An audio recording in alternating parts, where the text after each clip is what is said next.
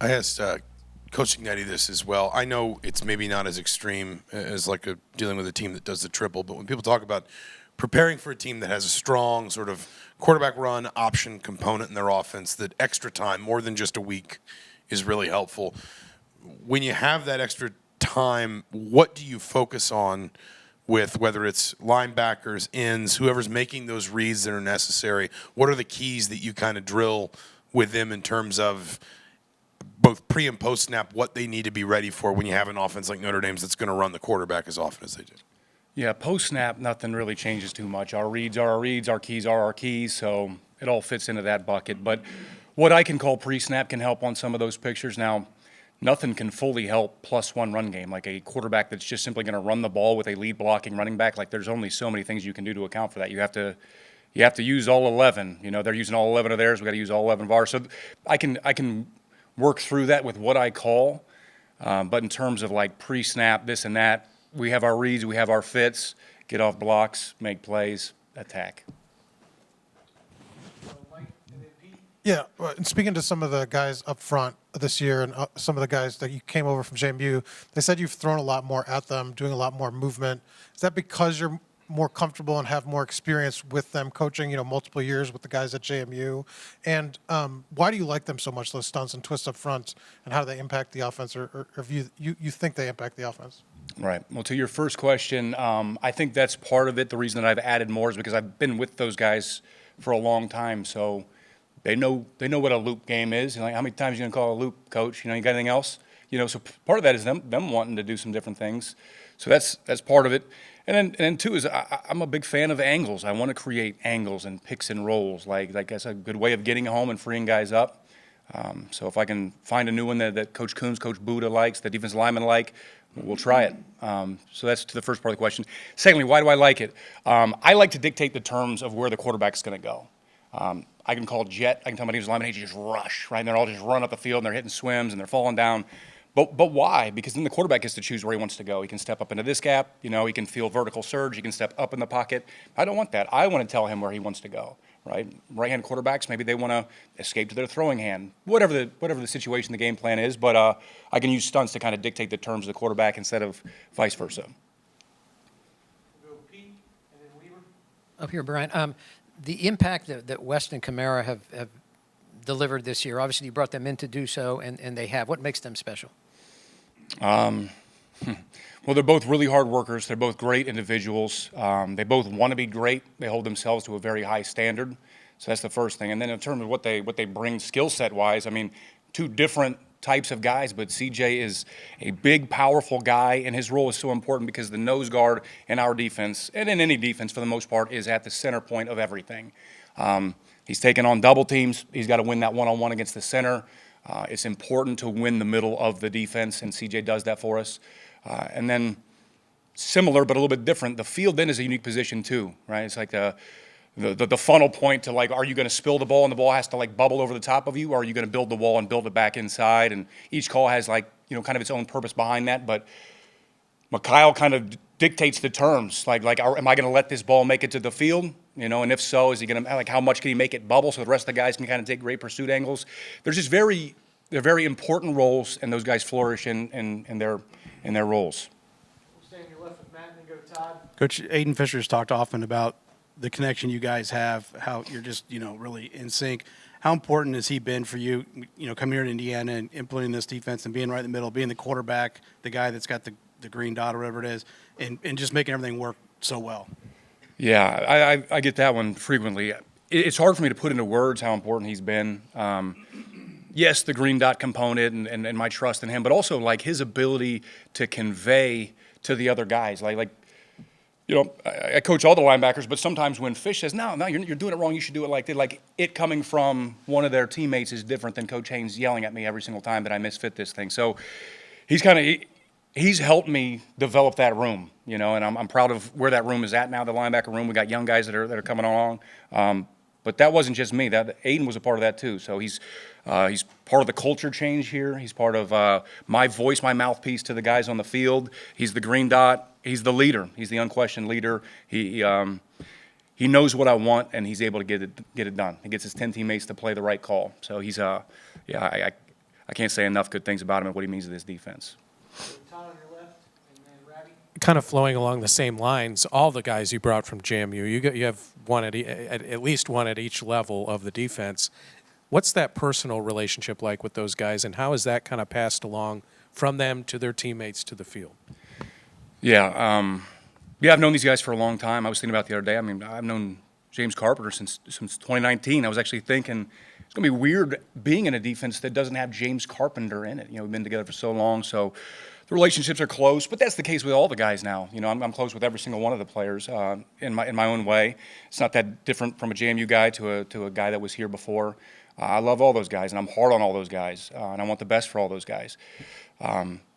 So that's the case in terms. But yeah, I love them. They've been great. They've changed the culture. You know, they're a huge part of what you're seeing right now in terms of the change of IU football is those guys that we brought from JMU, no question. Go third row left to Jeff, and then we'll go to Zoom for Adam. Yeah, Coach. Coach Signetti was talking about this a little bit a couple of weeks ago. The whole fast, physical, relentless. The concept of we attack, we don't sit back. Just kind of like, when did you guys like decide? Okay, this is how we want to play. Were you guys watching another game? Were you watching your own team? Or kind of what was the genesis of when you decided this is who we're going to be defensively?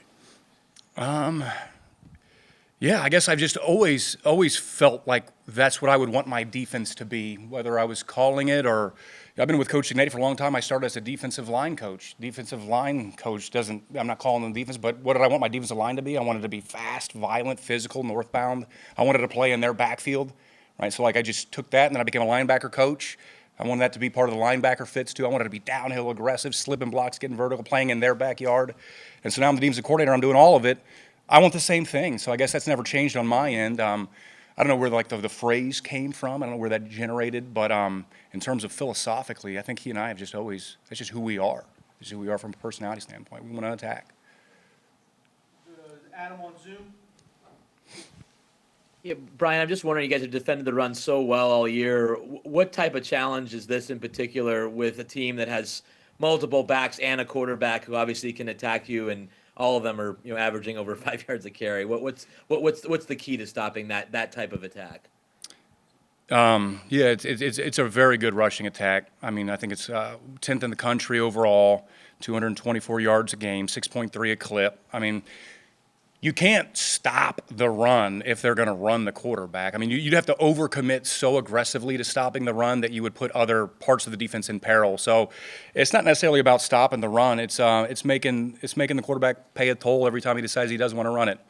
And if that's 20 times, then that's 20 hits for the good guys. So, they're a very good rushing attack. I like our front seven. I think we're aggressive at all levels. We have different things that we can do, whether it's blitzing or mixing the looks up. But he can run some, and he probably will, and he'll probably get some yards. But he'll also get a couple hits from the Hoosiers. We'll go to Zach B on your right, and then Daniel. Coach, when you're preparing for a Notre Dame team that has a good tight end and utilizes their tight end well, how do you kind of look back at maybe a game like Michigan where they like to use their tight end? How do you kind of prepare for that scheme-wise? Yeah, they use their tight ends in a different capacity than Michigan and even Nebraska and those guys, but you definitely have to account for them.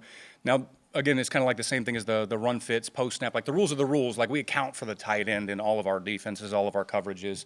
Having an awareness of where he's at, what his alignment might tell us, those are some of the pre-snap indicators that can kind of help guide us into a better, cleaner reaction time to him getting the ball. But the coverages are the coverages. We're not going to overcompensate for their tight ends, but there's a healthy respect there for what they do with their tight ends. We'll go Daniel on your right, and then Seth. On Mikhail, I want to say as someone who Sig mentioned in the fall, he realized this spring he had just reached a whole new level. I'm curious what it was or when you realized that he'd kind of ascended as he ultimately has. Yeah, well, first thing first on Mikhail is the hardest worker on the defense. He's the hardest worker on the defense. He's the last guy off the practice field. So he's always looking for his own improvement, And when did I start to notice, man, he's really flashing? He's always flashed ever since I've been with him. He seems a little twitchier off the edge, and I think part of this is just a mental thing too. I think him coming here from group of five. I'm coming from JMU. Can I roll with the big guys? Can I roll with the Big Ten offensive linemen?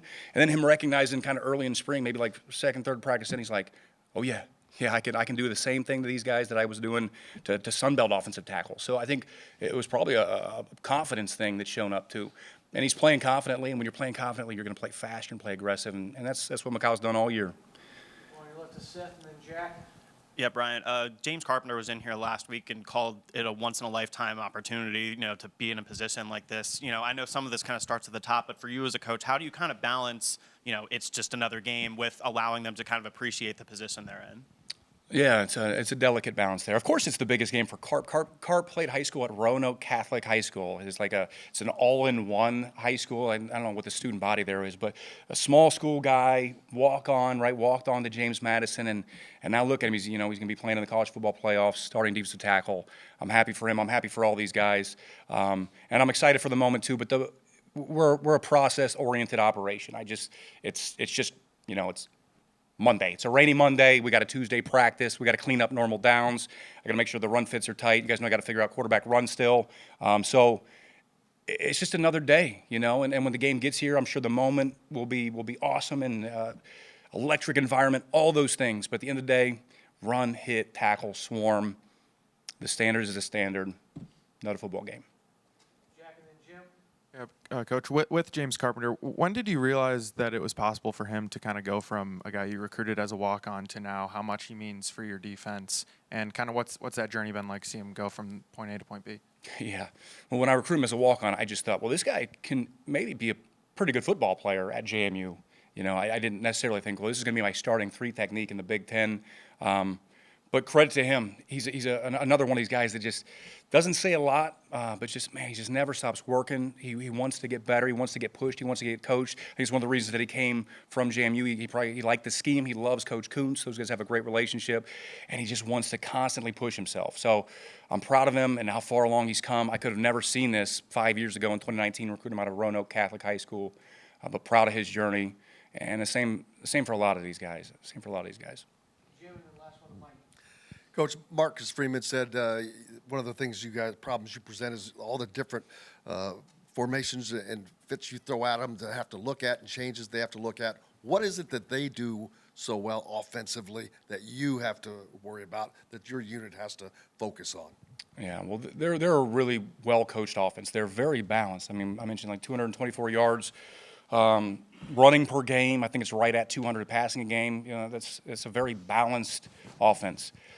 They're balanced even in their tendencies. Like typically what I do when I game plan somebody is I want to figure out how can I attack them. This formation is this. Boom, I can bring that pressure. Or this personnel grouping in that down and distance, I can hit them with this. These guys are balanced. I think they do a really healthy job of self-scouting. They have a counterpunch to anything that they throw at you.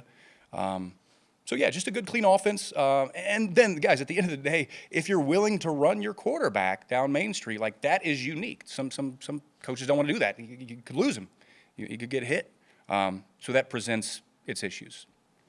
Mike, second row on your left. Yeah, we didn't get a chance to talk to you kind of during the season, but were there any moments that this clicked into place for the group, like that stood out, whether it was a game or response to a game, anything that kind of, you thought that's a playoff-worthy defense or playoff caliber defense for you guys during the season as things kind of developed? I thought we took a big step coming off of the first bye week. It was when we played Nebraska here at home. I thought the defense took a step there. We made a couple changes schematically. I changed a couple of things coverage-wise and shell rotation, disguise, the staff and I did. I thought we really did a good job of self-scouting and identifying a couple of flaws in our system, and we came up with a couple new ideas that have really paid off. So that's, to me, when I felt like, okay, we have the complete package now, was the Nebraska game. Since then, it still hasn't been perfect. I don't know if it ever will be perfect, but it's a little bit closer to what I would deem as a legit defense. Great. Thanks, Brian. Thanks, everybody. Thanks, guys. Appreciate it.